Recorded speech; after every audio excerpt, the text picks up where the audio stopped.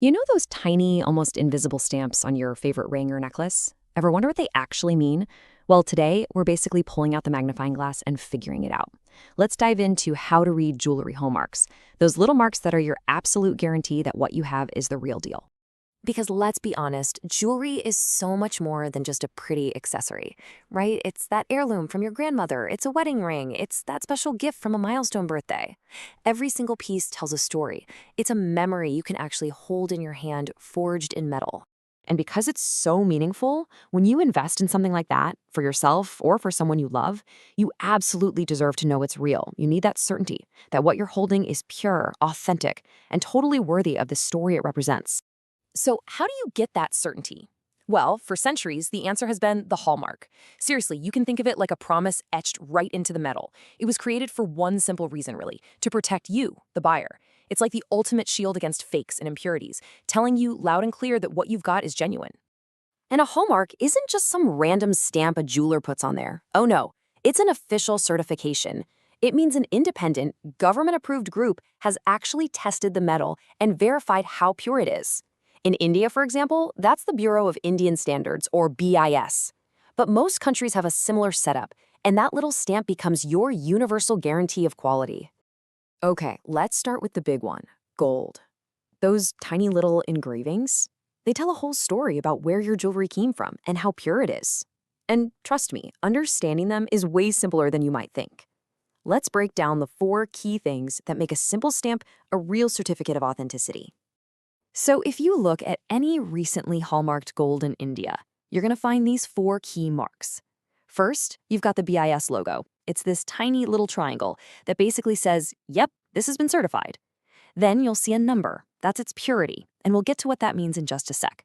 The third thing is a unique 6-digit code called a UHID, which is all about traceability. And finally, there's the jeweler's own unique mark, tying it right back to who made it. Okay, so what about that number I mentioned? This is where it gets cool. That number is just the percentage of pure gold. It's that simple. So, if you see 916 stamped on your piece, that means it's 22 karat or 91.6% pure gold. See 750? That's 18 karat. And 585 is 14 karat. It's like a super simple, direct language of purity. And this is where modern hallmarking gets really powerful. That HUID number, the Hallmark Unique Identification Number, think of it like a birth certificate for your jewelry. I'm not kidding. Every single piece gets its own unique 6-digit code, and you can actually verify it yourself on the official BIS Care app. You can trace it right back and confirm it's legit. All right, let's switch gears and talk about silver.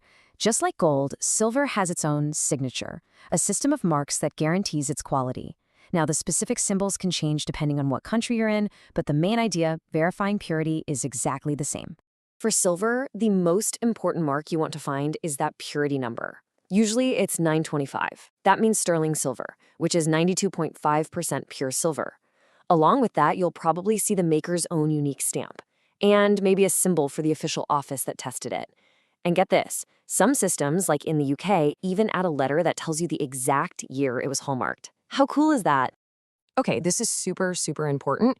You have to know the difference between solid silver and silver-plated stuff.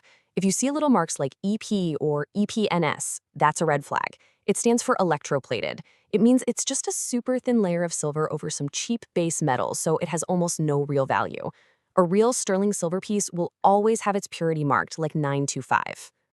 All right, so now you know the code, right? It's time to put on your detective hat. Let's get really practical and talk about where to actually find these marks, plus a few simple tests you can do right from your couch. But where do you even look for these tiny things? It's a great question because they can be hidden in some really sneaky spots. So, where do you start looking? Okay, here's your checklist. For rings, check inside the band.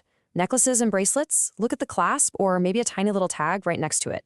For earrings, it's usually on the post or the back. And for bigger things like pendants or cuffs, just flip them over and check the back. Pro tip, use a magnifying glass or even just the zoom on your phone's camera. It makes a huge difference. Want a ridiculously easy test you can do like right now? Go grab a magnet. Seriously. Real gold and pure silver, they're not magnetic.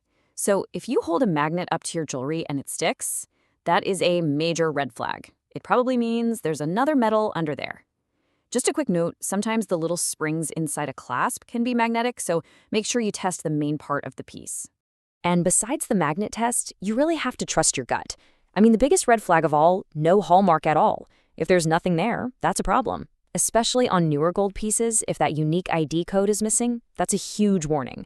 And just trust your senses. If something feels way too light, or if the seller is being sketchy and won't talk about certification, walk away. Look, those at-home tests are great for a quick check, but you have to remember, the Hallmark is your best, most reliable guarantee. It's the official stamp of approval. It saves you from the financial hits of buying a fake and, honestly, from the emotional hit of finding out a precious memory isn't what you thought it was. You know, every piece of jewelry you have tells a story, your story, but now you know how to read its hidden language. So go take a closer look. What is your jewelry really saying? You've got the tools now? Go be your own expert.